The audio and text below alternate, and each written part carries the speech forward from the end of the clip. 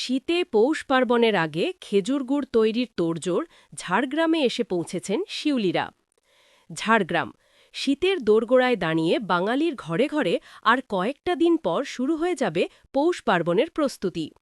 পিঠেপুলির সেই চিরচেনা স্বাদকে আরও মোহনীয় করে তুলতে চাই টাটকা খেজুর গুড়।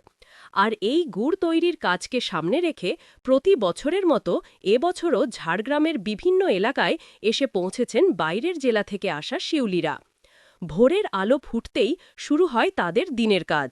গাছ বেয়ে ওঠা, বেঁধে রাখা প্লাস্টিকের কলসিতে জমা হওয়া রস নামানো সবই চলে দ্রুততার সঙ্গে। এরপর সেই রসেই বড় বড় কড়াইতে জাল দিয়ে তৈরি করা হয় টাটকা খেজুর গুড়। ফুটতে থাকা রসের মন মাতানো গন্ধ ছড়িয়ে পড়ে গোটা এলাকা জুড়ে। শীতের সকালের হিমেল হাওয়ার সাথে মিশে সেই গন্ধ যেন আলাদা এক উৎসবের আমেজ তৈরি করে। প্রতি বছর ঝাড়গ্রামের সাকরাইলির ধানঘড়ি সহ বিভিন্ন এলাকায় এই শিউলিরা এসে গুড় তৈরিতে ব্যস্ত হয়ে পড়েন। তারা জানান, বছরের অন্যান্য সময়ে যাই হোক, শীতের মৌসুমটাই তাদের মূল রোজগারের সময়। খেজুর রস থেকে তৈরি এই খাঁটি গুড়ের চাহিদাও চোখে পড়ার মতো।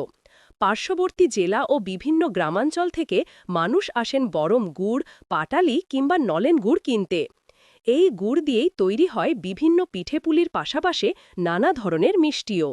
পৌষ পার্বণের রসে ভেজা দিনগুলোকে আরও উপভোগ্য করে তোলে এই খাঁকি তাজা খেজুর গুড়। শিউলিরা জানান, বছরভর অপেক্ষা করি শীতের জন্য। এই সময়েই আমাদের পরিবারের মুখে হাসি ফোটে, আর এই গুড়েই এলাকার মানুষকে খুশি করতে পারি।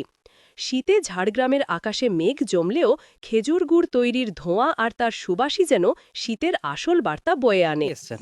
আমি বাঁকুড়ার থেকে। কিভাবে কি হচ্ছে এখানে? এখন গাছের রস দেওয়া হচ্ছে। মানে গাছ থেকে নামানো হচ্ছে? হ্যাঁ, ওই রসটাকে ফুটিয়ে রাখবো কালকে গুড় করার লেগে। আচ্ছা, প্রতি বছর আপনারা আসেন? হ্যাঁ, প্রতি বছর এটা নিয়ে 3 বছর আসছি। প্রথম